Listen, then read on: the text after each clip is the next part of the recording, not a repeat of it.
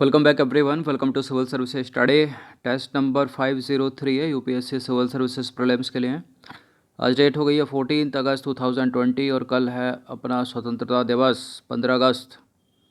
तो चलिए स्टार्ट करते हैं। आज के पहले टेस्ट की शुरुआत करते हैं वर्ल्ड ज्योग्राफी से, जहाँ से ख़त्म किया था उसी के आगे से। तो क्वेश्चन नंबर 1 पर आ जाइए। अंटार्कटिका से रिलेटेड कुछ स्टेटमेंट है यहाँ पर तीन बताना कि इनमें से कौन सा करेक्ट है। पहला स्टेटमेंट है माउंट एरब्रोस यहाँ का एक मृत ज्वालामुखी है। वेंसन मैसिफ अंटार्कटिका की सबसे ऊंची चोटी है और क्वीन मार्ड पर्वत इसे दो भागों में बांटता है। किसको? वेंसन मैसिफ को। अंटार्कटिका की सबसे ऊंची चोटी करेक्ट है और क्वीन मार्ड जो पर्वत है वो वेंसन मैसिफ को दो बराबर भागों में बांटता है। करेक्ट है ये वाला स्टेटमेंट। सॉरी, क्वीन मार्ड पर्वत जो है वो अंटार्कटिका को दो बराबर भागों में बांटता है, वेंसन मैसिफ को नहीं। चोटी कैसे बटेगी? माउंट एरब्रोस जो है वो एक्टिव वोल्केनो है, मृत नहीं है, मतलब सक्रिय ज्वालामुखी है। तो फर्स्ट को एलिमिनेट कर दीजिए, चूँकि 2 और 3 सही है तो डी नहीं होगा, सी हो जाएगा इसका आंसर। तो देखिए माउंट एरब्रोस अंटार्कटिका का एकमात्र एक्टिव वोल्केनो है, सक्रिय ज्वालामुखी है, गलत है पहला स्टेटमेंट। और माउंट मार्ड पर्वत जो है अंटार्कटिका को दो बराबर भागों में बांटता है। वेंसन मैसिव इम्पोर्टेंट है, अंटार्कटिका की सबसे ऊंची चोटी है, याद रखिएगा इसको। सारे कॉन्टिनेंट की सारी ऊंची चोटियां फेवरेट हैं पीसीएस की। क्वेश्चन नंबर 2 पर आ जाइए। निम्नलिखित कथनों पर विचार करना। दो स्टेटमेंट है यहाँ पर, बताने कि इनमें से कौन सा करेक्ट है। पहला स्टेटमेंट है अंटार्कटिका को विज्ञान के लिए समर्पित महाद्वीप कहा जाता है। विश्व में सबसे पहले ओजोन रिक्तीकरण की प्रक्रिया की खोज अंटार्कटिका में ही की गई। बिल्कुल करेक्ट हैं दोनों के दोनों स्टेटमेंट। इसका आंसर हो जाएगा ऑप्शन नंबर सी। तो अंटार्कटिका को विज्ञान के लिए समर्पित महाद्वीप कहा जाता है क्योंकि इस महाद्वीप पर लगभग सभी देशों के वैज्ञानिक शोध कार्य में लगे हुए हैं। और ज्ञात हो आपको कि सबसे पहले ओजोन रिक्तीकरण की प्रक्रिया की खोज जो है अंटार्कटिका में ही की गई। क्वेश्चन नंबर 3 पर आ जाइए। निम्नलिखित में से कौन सी देशांतर रेखा भारत के मानक समय का निर्धारण करती है? ये इम्पोर्टेंट प्रश्न है और बेसिक भी पता ही होना चाहिए। यदि आप कॉम्पिटिटिव एग्ज़ाम की तैयारी कर रहे हैं, चाहे वो डी ग्रुप का हो या फिर ए का गजेस्टेड, इसका उत्तर क्या है? 82.5 डिग्री पूर्वी देशांतर। ये वाला सही है, ये वाला सही है। ये तो पश्चिमी है, वैसे भी सही नहीं होगा, तो बी सही हो जाएगा इसका।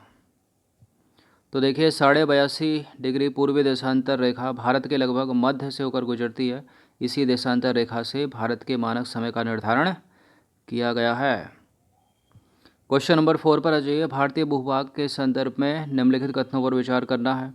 भारतीय भूभाग के उत्तर से दक्षिण सिरे की लंबाई पूर्व से पश्चिम की सिरे की लंबाई की अपेक्षा कम है। मतलब ये स्टेटमेंट कह रहा है पहला, ये जो है ना, ये कम है, ये ज़्यादा है, जबकि गलत है।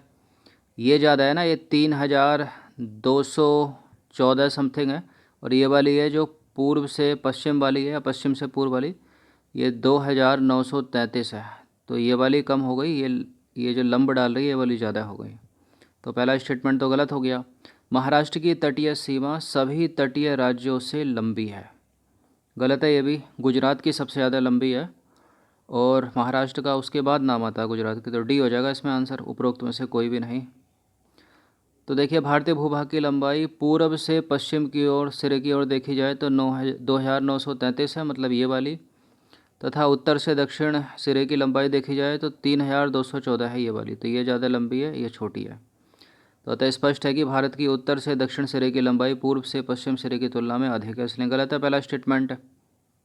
और दूसरा वाला स्टेटमेंट, भारत के तटीय राज्यों में सर्वाधिक लंबी तटरेखा गुजरात राज्य की है, महाराष्ट्र का दूसरा स्थान है। तो दूसरा कथन भी गलत हो गया ना। चलिए क्वेश्चन नंबर 5 पर आ जाइए। निम्नलिखित में से कौन सही सुमेलित है? मिनिकॉय तथा लक्षद्वीप 8 डिग्री चैनल, मालदीव तथा मिनिकॉय 10 डिग्री चैनल, अंडमान तथा निकोबार 9 डिग्री चैनल। इसका तो आपको पता ही होगा, किसी का पता नहीं होगा, क्योंकि ये ऐसा प्रश्न है जो हर एग्ज़ाम में पूछा गया है, यूपीएससी सिविल सेवा का हो या डी ग्रुप का हो। तो अंडमान तथा निकोबार 10 डिग्री चैनल से अलग होता है, मालदीव तथा मिनिकॉय होता है 8 डिग्री चैनल से, और मिनिकॉय तथा लक्षद्वीप होता है 9 डिग्री चैनल से। तो इसमें से तो कोई भी सही सम्मिलित नहीं हुआ, इसका आंसर हो जाएगा ऑप्शन नंबर डी। तो देखिए उपरोक्त में से कोई भी सही सुमेलित तो है नहीं। उपरोक्त युग्मों का सही सुमेलन इस प्रकार है। मिनिकॉय तथा लक्षद्वीप 9 डिग्री चैनल, मालदीव तथा मिनिकॉय 8 डिग्री चैनल, अंडमान तथा Nicobar 10 degree channel. Most important है तीनों के तीनों। क्वेश्चन नंबर 6 पर आ जाइए। निम्नलिखित में से कौन सुमात्रा एवं निकोबार के मध्य स्थित है? खंबात की खाड़ी, मन्नार की खाड़ी, ग्रेट चैनल और पाक जल संधि। देखिए निकोबार इंडिया का मैप तो आता ही होगा ना सबको, इधर है अंडमान निकोबार। अब खंबात की खाड़ी कहाँ है, तो इसको एलिमिनेट कर दीजिए। पाक, ग्रेट, इनमें से कोई एक होना चाहिए, तो ग्रेट चैनल है इसका आंसर, ऑप्शन नंबर सी। तो ग्रेट चैनल भारत के निकोबार तथा सुमात्रा इंडोनेशिया के मध्य स्थित है, इधर ही है सब ये। क्वेश्चन नंबर 7 पर आ जाइए। निम्नलिखित कथनों पर विचार करना। मोस्ट इंपॉर्टेंट प्रश्न है, ऐसे प्रश्न गलत नहीं करना। राजस्थान, मिजोरम, बिहार, पश्चिम बंगाल, मेघालय, बताइए कर्क रेखा उपरोक्त में से किन राज्यों से होकर गुजरती है? देखिए कर्क रेखा भारत के 8 राज्यों से होकर गुजरती है, जिसको बोलते हैं 23.5 डिग्री पूर्वी देशांतर, 23.5 डिग्री उत्तरी अक्षांश। ये है ना अपनी सुंदर सी पृथ्वी, बीच से एक रेखा खींच दी जाती है 0 डिग्री, ये क्या हो गई? इक्वेटर लाइन या भूमध्य रेखा या विषुवत रेखा इसको बोलते हैं। ऊपर भी एक रेखा है, इसको बोलते हैं 23.5 डिग्री उत्तरी अक्षांश रेखा, जिसको यानी कर्क रेखा ट्रॉपिक ऑफ कैंसर, और नीचे वाली है ये मकर रेखा 23.5 डिग्री पूर्वी दक्षिणी देशांतर, 23.5 डिग्री दक्षिणी अक्षांश, 23.5 डिग्री उत्तरी अक्षांश, मतलब ट्रॉपिक ऑफ कैप्रिकॉन यानी मकर रेखा, ऊपर की कर्क रेखा कैंसर। तो इंडिया यहाँ तो है नहीं, उत्तरी गोलार्ध में है ना, यहाँ आता है। तो 8 राज्यों से अगर गुजरती है भारत के, वो 8 राज्य हैं। गुजरात है, राजस्थान है, मिज़ोरम भी ले लेता है सबसे लास्ट में, बिहार नहीं है, ऊपर पड़ जाता है थोड़ा, पश्चिम बंगाल है, मेघालय भी नहीं है। तो 1 2 4 1 2 4 ऑप्शन नंबर सी हो जाएगा इसका आंसर।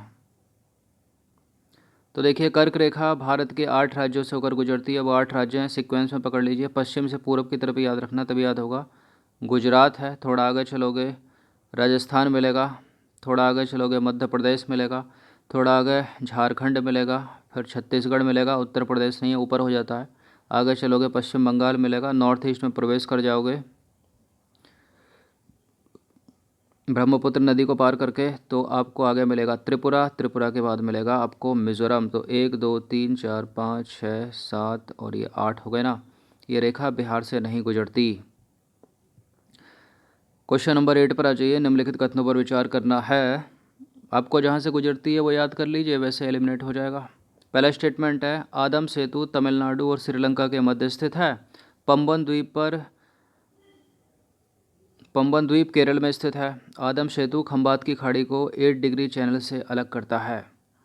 देखिए अगर आदम सेतु तमिलनाडु और श्रीलंका के मध्य स्थित है तो बनाइए मैप इंडिया का, इधर ही होगा ना सब कुछ यहाँ पर। अब खंबात की खाड़ी कहाँ? गुजरात की तरफ, तो कर दो एलिमिनेट इसको, डी को, मतलब तीसरे वाले स्टेटमेंट को। एक से आंसर मिल रहा है क्या? आधा तो काम आसान हो गया आपका। पंबन द्वीप केरल में नहीं है, ये तमिलनाडु में है। चेन्नई एक्सप्रेस देखी होगी तो पता होगा आपको, केवल एक सही हो जाएगा यहाँ पर, ऑप्शन नंबर ए। तो कथन एक सही है केवल। आदम सेतु तमिलनाडु तथा श्रीलंका के मध्य जल में बनी चूना पत्थर की एक श्रृंखला है। पंबन द्वीप आदम सेतु का एक हिस्सा है, तो तमिलनाडु में ही हो गया, रामेश्वरम में। यह सेतु मन्नार की खाड़ी को पाक जलडमरू मध्य से अलग करता है, ना कि खंबात की खाड़ी को 8 डिग्री चैनल से। तो मन्नार की खाड़ी को पाक जलडमरू मध्य से अलग करेगा ना, क्योंकि इधर की तरफ ये तमिलनाडु साइड। क्वेश्चन नंबर 9 पर आ जाइए। भारत की भौगोलिक स्थिति के संदर्भ में निम्नलिखित कथनों पर विचार करना है। मोस्ट इम्पोर्टेंट है और पता ही होने चाहिए, ऐसे सवाल आपको पता ही होने चाहिए यदि जीएस पढ़ी है तो कभी। अब देखिए भारत की मुख्य भूमि का अक्षांश विस्तार 8 डिग्री 4 उत्तरी अक्षांश से 37 डिग्री 6 उत्तरी अक्षांश तक है। भारत के दक्षिणतम बिंदु को पिग्मेलियन पॉइंट के नाम से जाना जाता है। पिग्मेलियन पॉइंट के नाम से जाना जाता है, इंदिरा पॉइंट के नाम से जाना जाता है। भारत पाकिस्तान के बीच निर्धारण नियंत्रण रेखा 35 डिग्री उत्तरी अक्षांश और 77 डिग्री पूर्वी देशांतर पर अवस्थित है। बताइए कौन सा करेक्ट है इसमें?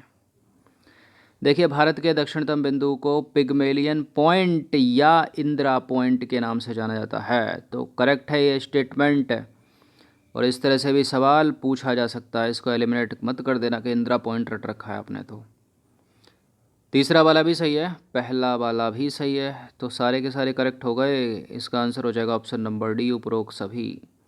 तो कथन एक सही है, भारत की संपूर्ण भूमि का अक्षांशीय विस्तार दक्षिण में 6 डिग्री 4-5 उत्तरी अक्षांश से उत्तर में 37 डिग्री 6 उत्तरी अक्षांश तक है। और भारत की मुख्य भूमि का अक्षांशीय विस्तार देखें तो 8 डिग्री 6 उत्तरी अक्षांश से 37 डिग्री 6 उत्तरी अक्षांश तक है। भारत भूमि का देशांतरीय विस्तार भी आपको याद रखना है, 68 डिग्री 7 पूर्वी देशांतर से 97 डिग्री 25 पूर्वी देशांतर है। कथन 2 भी सही है, भारत के दक्षिणतम बिंदु को इंदिरा पॉइंट या पिग्मेलियन पॉइंट के नाम से जाना जाता है, याद रखिएगा इसको। कथन 3 भी सही है, नियंत्रण रेखा लाइन ऑफ कंट्रोल को भारत पाकिस्तान द्वारा 1972 में शिमला समझौता के बाद अपनाया गया। इसे युद्ध विराम रेखा अथवा NJ9842 के नाम से जाना जाता है। यह 35 डिग्री उत्तरी अक्षांश और 77 डिग्री पूर्वी देशांतर पर अवस्थित है।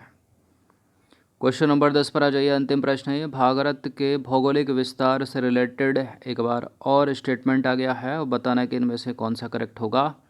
भारत का दक्षिणी भाग उष्णकटिबंध में स्थित है, जबकि उत्तरी भाग उपोष्ण या कोष्ण शीतोष्ण क्षेत्र में स्थित है, क्योंकि हिमालय है ऊपर।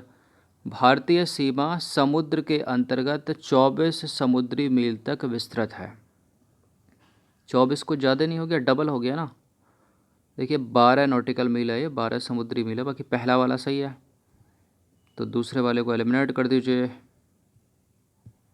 तो देखिए अक्षांश रेखाओं के मानों से यह पता चलता है कि भारत का दक्षिणी भाग उष्णकटिबंध में, ध्यान से सुनते रहिएगा, जबकि उत्तरी भाग उपोष्ण या कोष्ण शीतोष्ण कटिबंध में अवस्थित है। उल्लेखनीय है कि इस अवस्थिति के कारण ही भारत में भूआकृति, जलवायु, प्राकृतिक वनस्पति और मिट्टी के प्रकारों में अंतर देखने को मिलता है। भारत की प्रादेशिक जल सीमा समुद्र तट से 12 समुद्री मील है, अर्थात लगभग देखा जाए किलोमीटर में तो 21.9 किलोमीटर, जबकि संलग्न क्षेत्र की दूरी प्रादेशिक जल सीमा के आगे जो है वह 24 समुद्री मील तक है। और देश का अनन्य आर्थिक क्षेत्र संलग्न क्षेत्र से 200 समुद्री मील तक है, जिसमें भारत को कृत्रिम द्वीप का निर्माण करने की, वैज्ञानिक शोध कार्य करने की तथा प्राकृतिक संसाधनों के दोहन की छूट है। अब देखिए उल्लेखनीय है कि सबको पता होना चाहिए, एक समुद्री मील या एक नॉटिकल मील में कितने किलोमीटर होते हैं समुद्र वाले, पानी वाले? 1.8 किलोमीटर, यानी 1824 किलोमीटर, यानी 1000 किलोमीटर और 824 मीटर के बराबर होता है ये। तो दूसरा वाला गलत है। तो 10 प्रश्न थे इंपॉर्टेंट, अच्छे से इसका रिवीजन कम से कम एक बार कर लीजिएगा। धन्यवाद।